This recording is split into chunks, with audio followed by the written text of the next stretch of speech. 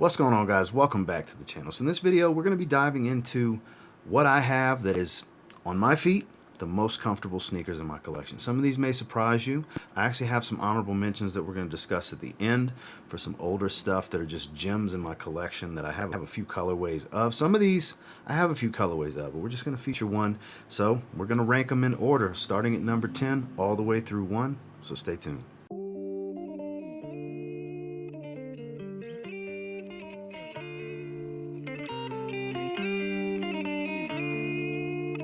So coming in at number 10 is for the running sneakers genre. So this is the Zoom Pegasus 38.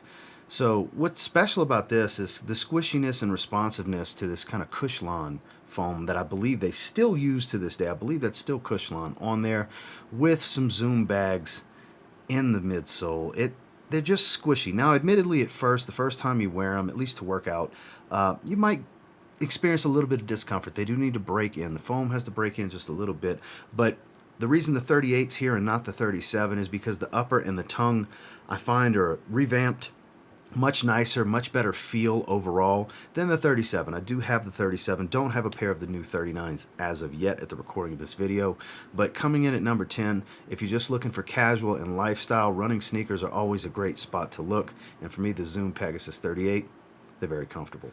Moving into the number 9 spot, I actually have 3 colors of these. These are the Nike React Infiniti Run Flyknit 2. So I have these in all black with anthracite, as you'll see on screen. I have them in black and Volt. I have the Oreo colorway in black and white. Now these aren't as squishy as you would expect something in this list to be.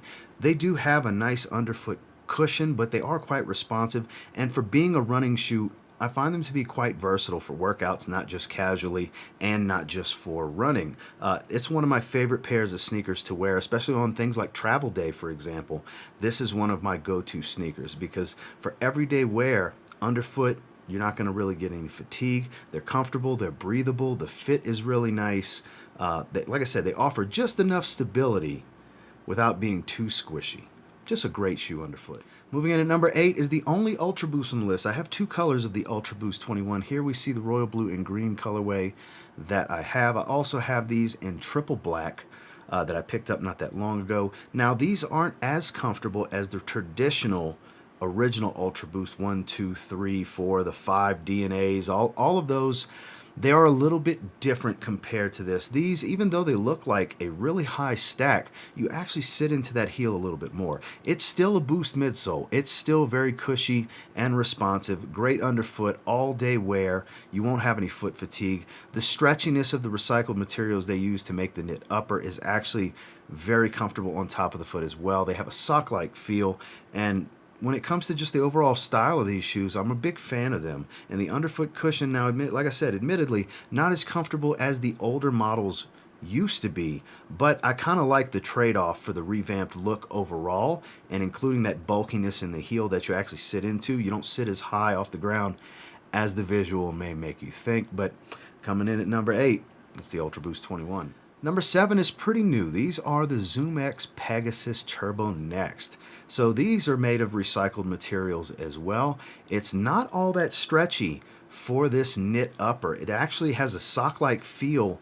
but it's more of a neoprene type of stretch where it's very tight knit overall. It's a little snug to get your foot into, but the interesting look to this ZoomX midsole, it's not as cushy as something like an Invincible run would be, but you still have all of the responsiveness that the ZoomX foam brings from Nike with just the right amount of squishy cushion.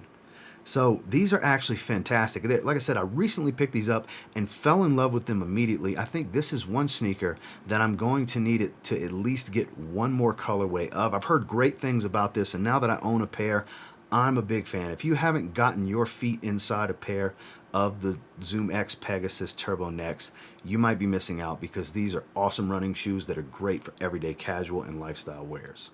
Number 6 on this list may surprise some of you. I picked these up randomly at Marshall's many years ago. This is the Adidas Nite Jogger. It has a Boost midsole, has a retro-inspired look. These in particular have 3M all over the place on them. They're a very dark navy with a black midsole, and they have somewhat of that vintage exposed foam tongue that you find on Nike Blazers and shoes like that from the past, the original Jordan 1s and such.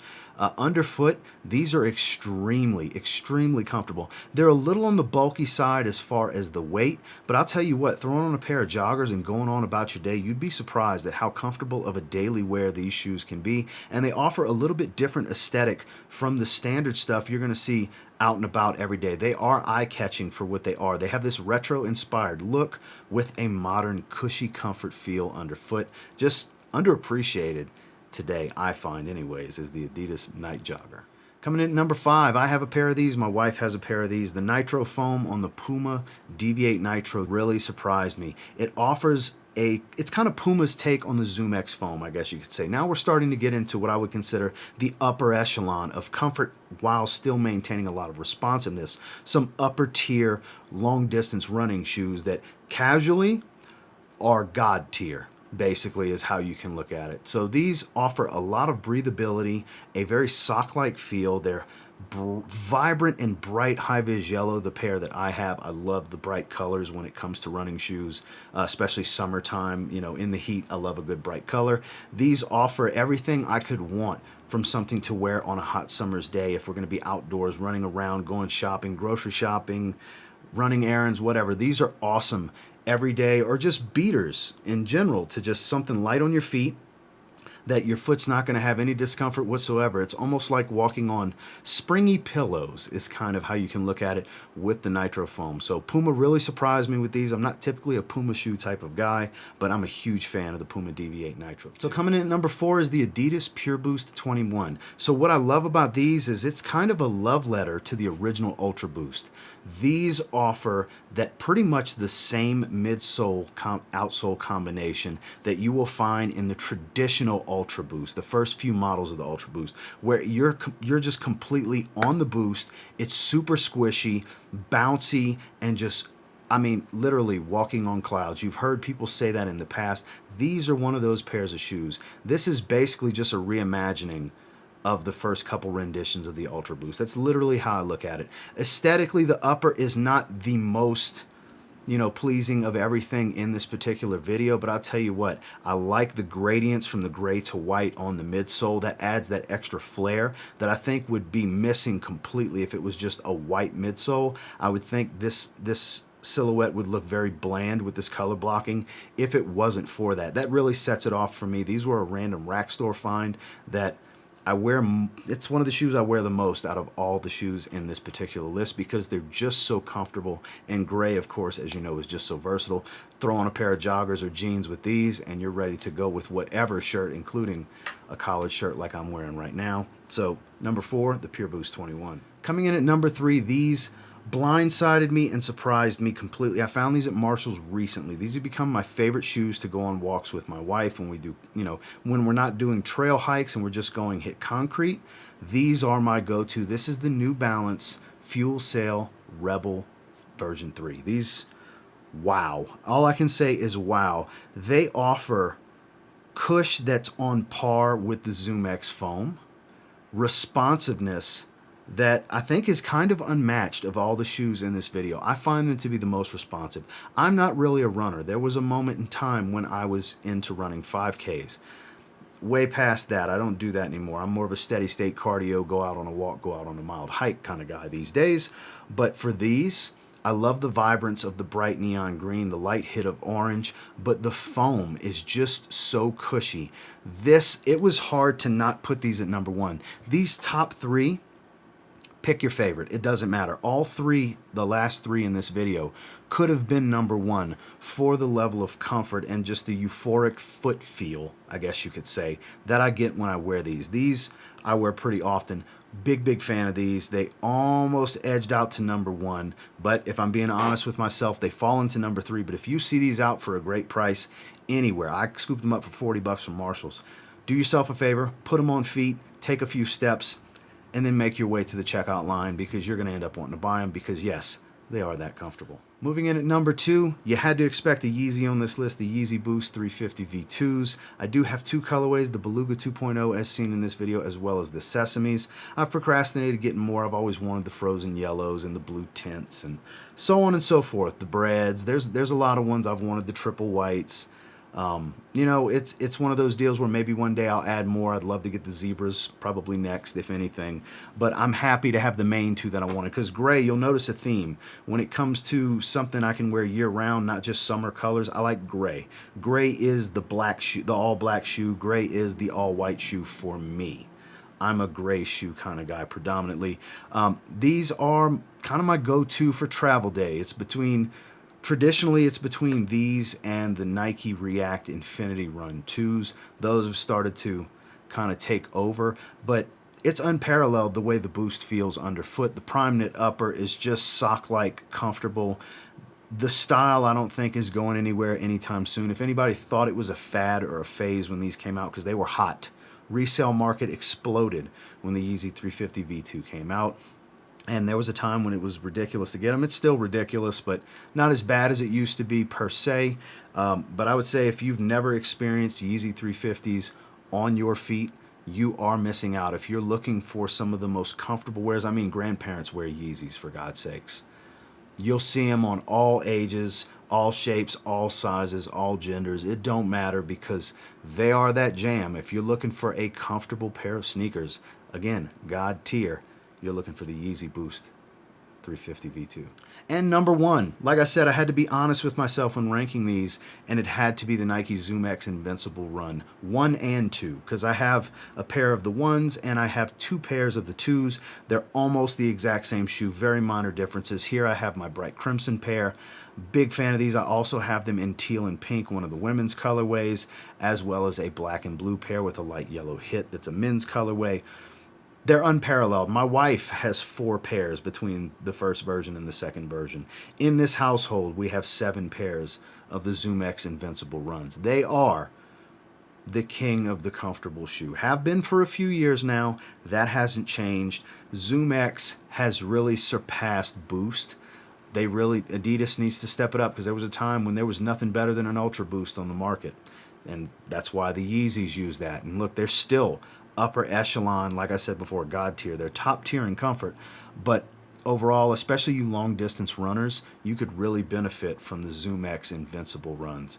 They are next level comfort. The Flyknit upper, the collar stay around the ankle, everything about them is just pure comfort. There's a multitude of colorway options out there that are very unisex appealing, whether they're marketed for men or marketed for women.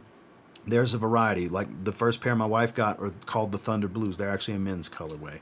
We have the teal and pink ones we have, that's a women's colorway. We have matching pairs. We both have it. So it just comes down to taste for colorway. There's bright colors, there's neutral colors, there's dark colors. But if there's one thing that I would strongly encourage you to do is get your feet in the ZoomX Invincible Run. I haven't tried the third rendition, the newest ones. I'm sure they're incredible. Eventually I will get a pair. But the 1s and the 2s, the first and second versions, had to be at the top of this list because they are the most comfortable shoes in my collection. Now, 2 quick honorable mentions here at the end. So I have this particular shoe in 3 colorways. We're going to show a gradient color here. This is the Nike Flyknit Airmax. So these came out several years ago. I have 2 other pairs that are a bit more beat up because I wear them to the gym all the time. But when it comes to this thin Flyknit upper, this is early renditions of Nike Flyknit with a full-on max zoom bag unit. This is before the 270s came out. This is before the 720s. This was the top Airmax bag from Nike, and they've broken in so much over the years that they have the flex grooves. They're super lightweight. They're just incredible on foot. Even to this day, they're several years old at this point, and if you've ever been a fan of Max Air from Nike, these, in my personal opinion, are the most comfortable ones that they've ever made.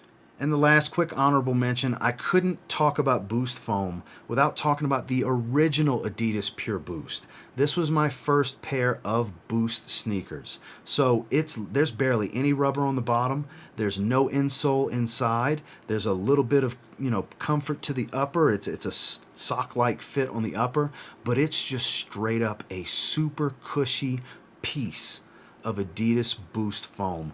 These are incredibly comfortable. These would have been top 5 had I ranked them, but because they're so old at this point, it's not something you can just go get for a decent price from GOAT or StockX.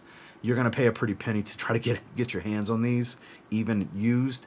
That's why I didn't really want to feature these numbered in the list, but if you've never experienced these, it's unfortunate because these are arguably even more comfortable than the Pureboost 21 that we did feature in this list that I gave such high praise for.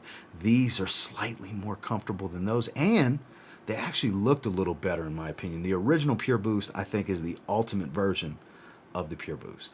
Well, that's my 10 and 2 honorable mentions. Thank you so much for watching this video the whole way through. I greatly appreciate all of you, and we'll catch you on the next one. Y'all have a good one. She want me to lock it down, but I told her to pass the key. You gotta slow it down, girl, you moving too fast for me. Nobody did it like this, so they wonder, they asking me if I can slow it down, cause it's coming too fast for me. Baby, don't try it, just stop it. You should know that I got options. I be fly like I live in the cockpit. Mess around with the money, get drop kick. Only